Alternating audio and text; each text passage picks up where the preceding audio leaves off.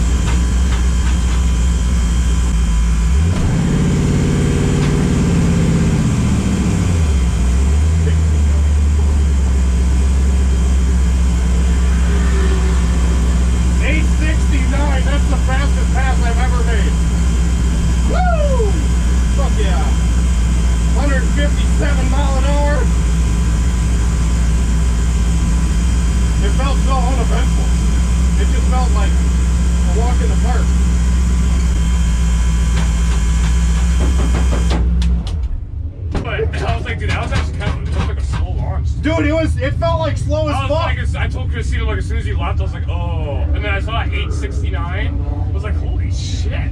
What was the mile per hour? 157. Nice. Whoa.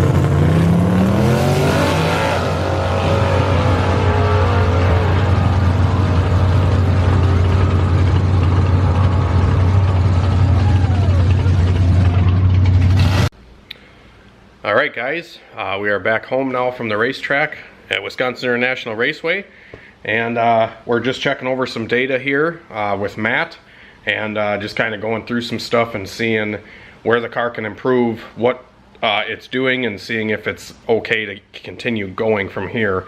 Kind of want to creep up on the tune-up. I hate just chucking the sink at it. A lot of guys say just, you know, throw the kitchen sink at it, but when you're going this fast, especially with me being a little bit of an anxious worrywart, going 157 mile an hour is no joke. So, and especially because my parachute did not deploy on that last pass. I cut the cable down on the parachute to put less throw in the handle. So like in the in-car video, you could probably see me throwing the handle and the chute just never fucking popped. There was this much cable left that I had to pull yet.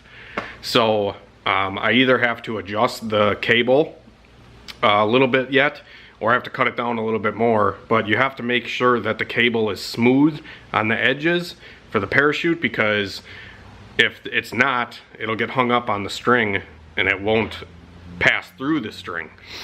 So I either have to yank it harder or, you know, adjust it better. But that's just all kind of stuff that I'm doing. It sucks because it's such a time crunch here in Wisconsin. Tomorrow is supposed to be like 65 degrees and sunny. The track is open tomorrow, and I'm debating on going back up there to see if I can make another pass to improve on what we did today, because after these suspension changes that I did, I haven't really found the limit of what the car will take on the line. And this last pass, this fastest pass I've ever made, 869 at 157, it went 137 to the 60 foot, 550 to the 8th mile. And I sat on the trans brake for less than 1 second. These turbos are so responsive, it doesn't take any time at all to spool them up. So I tried to not waste the pass that I had today, because I knew it was going to be raining. It was raining on the way up there, and there was like an hour window where the track was open and dry. So I didn't want to waste a pass spinning. So I let go of the trans brake real early, and I tried to cut a light to beat the guy next to me, which I did. But like I said, I didn't want to waste a pass, so I didn't sit on the trans brake long, and I only left on about 2.5 or 3 pounds of boost. And you can see on the log here, this is me sitting on the two-step right here, and you can see the time when I start on the two-step is 65.3. When I leave, the time is at 66.0. And we have built 121 kPa, which is, why is it reading kPa? Let me see here. Boost, 3 pounds of boost. And you can see this looks like freaking craziness. The yellow is my dome pressure. So you can see that this is kind of all over the place, and I need to adjust some PID settings so it's not so responsive to the CO2 pressure. I have never messed with CO2 or these PIDs or anything like that. Any other form of boost control that I've ever used was always just like an air actuated MAC valve, and it didn't take the in and out solenoid like this does with the dome pressure input to actually see what it's doing.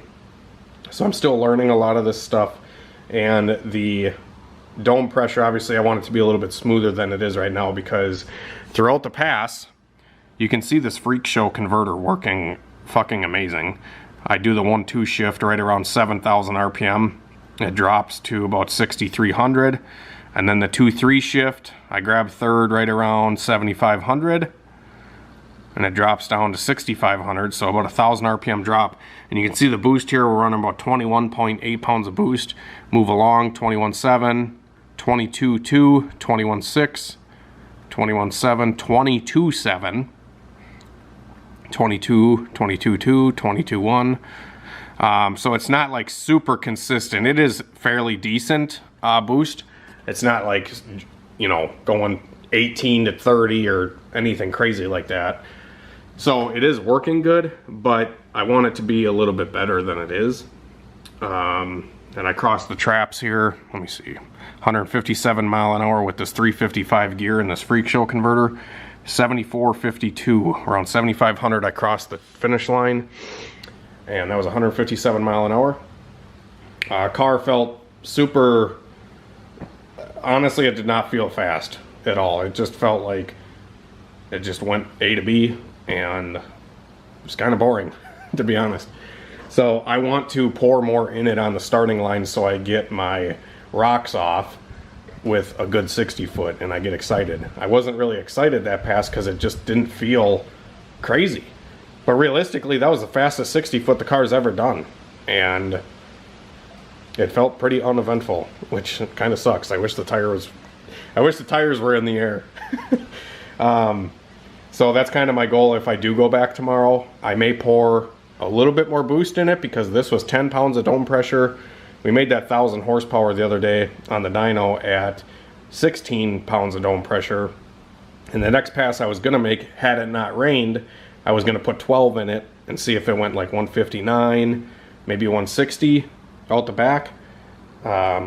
So I want to try that, and if I do go back tomorrow, it's going to be like have to squeeze in between rounds because I'm not actually racing in the bracket race that is tomorrow, so I would just be sneaking in between rounds to make some test passes. And if I feel up to going tomorrow, which I don't know if I'm going to or not, it just sucks because the weather is going to be 65 degrees and sunny. And there's 1 week left of the race season. So do I chance going next week or get some more data tomorrow and figure out what else I can do with the car? I really probably should just go tomorrow and figure out if I can pour more in it on the line, or if I got to be happy with a 1.3 60 foot at WIR, or what I can do. So anyways, car's running good. Another thing too I wanted to mention is it does push some coolant into the overflow after a pass, and you can see here on the log, sorry the lighting kind of sucks, there we go. So coolant temp at the beginning of the pass before I get on the two-step is 172 degrees. At the end of the pass we are at 188, which doesn't seem that bad, but this red line here, not the RPM, but there's a red line under the yellow line here, and then it comes up over here. It just is steadily rising the whole time because I do have a really small radiator in the car, and I have to get a higher pressure cap or just a different cap because I got this radiator on eBay and I don't know what pressure the cap actually releases at. If I had a coolant pressure sensor on here, it would help out a little bit more, kind of figure out what I need to do for tune-up wise, or if the head gasket's still sealing. I would assume at this low boost pressure it should be fine, but it's just something I would like to monitor in the future, so yeah. Also, the oil pressure is this blue line, and you can see it kind of falling throughout the run. 112 psi in first gear here, and then at the top of the track we're down to about 82 psi of oil pressure, and then it comes back up when I let off, back up to 104, 105. It's just because all the G-force pulling back. I might have to add a little bit of oil to it so it doesn't fall like this. I'm not really concerned about the oil pressure because it still has plenty, but just something to note. Fuel pressure is doing great, not any issues there. Yeah, just kind of analyzing stuff, debating if I want to go back tomorrow and try to make another pass. Obviously, if I ask you guys, you're going to be like, oh yeah, go back. But I don't know. I'm a little nervous because this car is just like, it's fast, even though it doesn't really feel fast. Yeah, anyways, thanks for watching the video, guys. My fastest pass to date. Hopefully we can improve from here and go even faster. I'd like to go 1.2 60 foot on the bumper. That would be fucking sweet. Grab the 1.2 shift in midair. That would be kind of my goal. It's kind of what I want to do. But Yeah, and it sucks because like I don't like obviously it'd be cool to go 7s with this car, which obviously down the road maybe after we slowly kind of creep up on it and see what everything's doing. But I want a reliable 850 car. There's a lot of classes around that race an 850 index, and I want a car that's 60 foots hard and goes quick to the 330 and the 60 foot and 8th mile. Mile per hour doesn't really get me excited. All it does is give me anxiety, because when you're going that fast, so much shit can go wrong. I'd rather have a car that gets to 150 really fast versus having a car that does nothing out of the hole and then freight trains up top and goes so fast up top you can't stop. And tonight it was hard for me to stop without the parachute. I do have manual brakes on the car.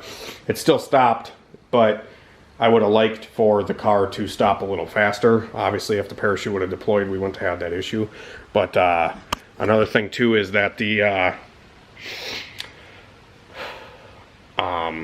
my brake fluid reservoir on the car actually spilled out on that pass, like on the where the cap seals on the master cylinder. There was fluid, brake fluid around where the cap was. So I don't know if from the G-forces from slowing down or the amount of pressure I was putting on the pedal, it leaked out a little bit. I don't know if that's something I should be concerned about or what. I'm sure the caps that I got with this master cylinder maybe just aren't sealing that great, and I had it really full, like to the fucking top. So I'm sure it just kind of leaked out a little bit there, but I'm a worrywart, like I said, and I want to be as safe as I can and go as fast as I can and show my grandpa a show next week, and my dad.